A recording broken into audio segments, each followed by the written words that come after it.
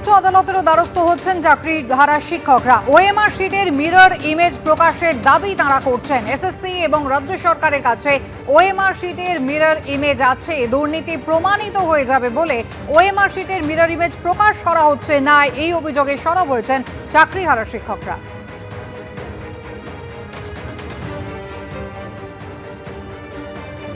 গতকাল যুদ্ধকালীন তৎপরতায় দিল্লি সুপ্রিম কোর্টের উদ্দেশ্যে পৌঁছে গিয়েছিলাম।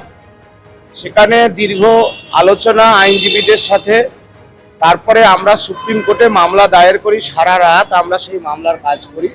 পশ্চিমবঙ্গ সরকার এবং পশ্চিমবঙ্গ শিক্ষা ব্যবস্থার লার্জ ইন্টারেস্ট, সেই ক্ষেত্রে ভ্যাকেশন বেঞ্চে এই মামলার গুরুত্ব অনুযায়ী আশা করি লিস্টেড হবে। সুপ্রিম কোর্ট এই মামলার শুনানি করবে। মামলাটা কি হয়েছে যে 22 লক্ষ চাকরি প্রার্থী পরীক্ষার্থীর যে ওএমআর এর মিরর ইমেজের কপি এসএসসির কাছে ছিল, আছে, রাজ্য সরকারের কাছেও আছে, তারা দিচ্ছেন না। কারণ দুর্নীতি একেবারে পরিষ্কারভাবে হয়ে মানুষের কাছে প্রমাণিত হয়ে যাবে। তারা অযোগ্য, তাদেরকে টার্মিনেট না করলে কোনো রকম পরীক্ষা পশ্চিমবঙ্গ রাজ্য সরকার, এই চোর দুর্নীতিগ্রস্ত রাজ্য সরকার এবং education department, school service commission নিতে। এই বিকাশ ভবনে গিয়েছিলেন চাকরিহারা আন্দোলনকারী শিক্ষকদের 6 জনের প্রতিনিধি দল। তারা শিক্ষা সচিবের সঙ্গে বৈঠক করেন, তাতে মোটেই তারা সন্তুষ্ট নন। এবার তারা দ্বারস্থ হচ্ছেন খোদ শিক্ষামন্ত্রীর। চিঠি দিচ্ছেন তারা ব্রাত্য বসুকে। সরাসরি আপনাদের নিয়ে যাব বিকাশ ভবনের বাইরে, যেখানে ইতিমধ্যেই আজ ধর্ণা কর্মসূচি 21 দিনে পড়লো। ঐশী মুখোপাধ্যায় সরাসরি রয়েছেন আমাদের সঙ্গে। ঐশী, একবার তারা চিঠি দিয়েছেন, অতীতে শিক্ষামন্ত্রীর সঙ্গে বৈঠক হয়েছে, এর আগের বার যে চিঠি দিয়েছেন তার প্রেক্ষিতে ডেডলাইন বেঁধে দিয়েছিলেন, তার আগেই গতকাল শিক্ষা সচিবের সঙ্গে বৈঠক হয়েছে। সন্তুষ্ট নন চাকরিহারারা, এবার তারা শিক্ষামন্ত্রীর সঙ্গে কথা বলতে চান। চিঠির বক্তব্য কি? একেবারে কুসুমিতা, গতকাল যখন তারা শিক্ষা সচিবের সঙ্গে বৈঠক করলেন, তারপর তারা বেরিয়ে এসে জানিয়েছিলেন যে এই বৈঠক ততখানি ফলপ্রসূ হয়নি, কারণ তাদের যে সমস্ত বক্তব্যগুলি রয়েছে সেগুলো শিক্ষামন্ত্রী কিংবা মুখ্যমন্ত্রী সলভ করতে পারেন, সচিব সলভ করতে পারবেন না, তিনি জানিয়েছেন।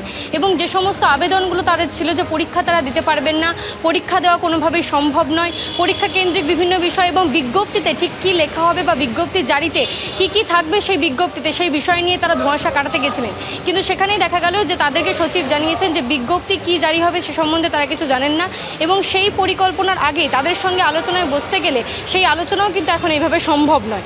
সে কারণে কিন্তু তারা জানান যে আলোচনা না করেই বিজ্ঞপ্তি প্রকাশের যে চেষ্টা চলছে সেই চেষ্টা তারা মানছেন না। এবং সরকার পক্ষের যেমন তারা সচিবের সঙ্গে বসেছেন, তারা বলতে চাইছেন শিক্ষামন্ত্রী কিংবা মুখ্যমন্ত্রীকে হস্তক্ষেপ করতে হবে, শিক্ষামন্ত্রীকে তাদেরকে জানাতে হবে যে কি বিষয়ে এই বিজ্ঞপ্তি তারা প্রকাশ করবেন এবং পরীক্ষা ঠিক তাদেরকে দিতে হবে। তাদেরকে পরীক্ষা দিতে হলে তো তারা সমস্যার সম্মুখীন হবেন। পরীক্ষা একবার দিয়ে নিজেদের যোগ্যতা প্রমাণ করে তারা চাকরি পেয়েছেন, তাই আবার পুনরায় তারা পরীক্ষা দেবেন না, এটাই পরীক্ষা দিতেই তারা নারাজ। আমি সন্দীপকে দেখাতে বলবো একটা ছবি, যে এখনও পর্যন্ত 21তম দিনে পড়েছে তাদের এই আন্দোলন। তারা কিন্তু অবস্থান এখনও বিকাশ ভবনের সামনে চালিয়ে যাচ্ছেন। হাইকোর্টের নির্দেশ তাদেরকে সেন্ট্রাল পার্কে চলে যাওয়ার কথা, কিন্তু সেখানে এখনও পর্যন্ত পর্যাপ্ত পরিকাঠামো তৈরি হয়নি বলেই কিন্তু তারা এখনও এখানে অবস্থান চালাচ্ছেন। আমাদের সঙ্গে রয়েছেন আন্দোলনকারী একজন শিক্ষক, তাকেই জিজ্ঞেস করব যে আপনারা আজকে আবার শিক্ষামন্ত্রীর দ্বারস্থ? হ্যাঁ, আমরা তো বহুদিন ধরে শিক্ষামন্ত্রীর সঙ্গে দেখা করতে চাইছি, এবং গতকালের আমাদের মিটিংয়ে আমাদের যা উদ্দেশ্য ছিল যে শিক্ষামন্ত্রীর কাছে আমরা দাবিপত্র পেশ করব, এবং আমরা আশা হতো, আমরা গিয়ে দেখলাম শিক্ষামন্ত্রী নেই, তিনি প্রিন্সিপাল সেক্রেটারিকে পাঠিয়ে দিয়েছেন বলে আমাদের স্বাভাবিকভাবে যে প্রশ্নগুলো ছিল তার বেশিরভাগ প্রশ্নের উত্তর আমরা পাইনি। এবং আপনারা জানেন যে সুপ্রিম কোর্টের ভার্ডিক্টে 31 তারিখের মধ্যে নোটিফিকেশনের কথা আছে, আজকে 27 তারিখ, হাতে 2 দিন। তাহলে আমরা তো এই চাকরি পরীক্ষায় বসবো না, যোগ্যতা মানের পরীক্ষা আমরা দ্বিতীয়বার বসবো না। তাহলে সরকার কি ভাবছেন আমরা পরীক্ষা এবং গেজেটের ব্যাপারে, নোটিফিকেশনের ব্যাপারে? এই নিয়ে আমাদের অতি দ্রুত শিক্ষামন্ত্রীর সঙ্গে মিটিংয়ের প্রয়োজন বোধ করছি।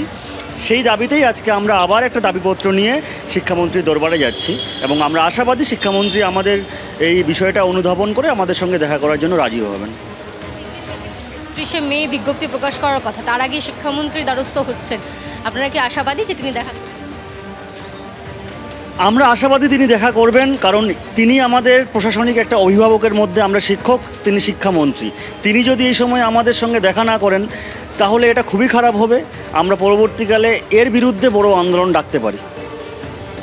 আপনাদেরকে তো গতকালই জানানো হয়েছে যে আইন মেনে কাজ করা হবে, সেক্ষেত্রে পরীক্ষা যদি নেওয়া হয়, বিজ্ঞপ্তি যদি প্রকাশিত হয়ে যায়, তাহলে আপনাদের পরবর্তী পদক্ষেপ কী?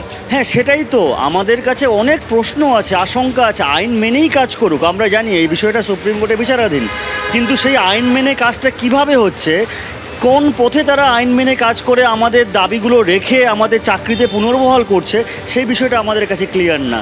তাই আমরা দেখা করতে চাই যে ওনারা আইন মেনে যে কাজটা করছেন সেটা কিভাবে করছেন সেটা আমাদের কাছে ক্লিয়ার করে দিক, তাহলে আমরা থেমে যাব।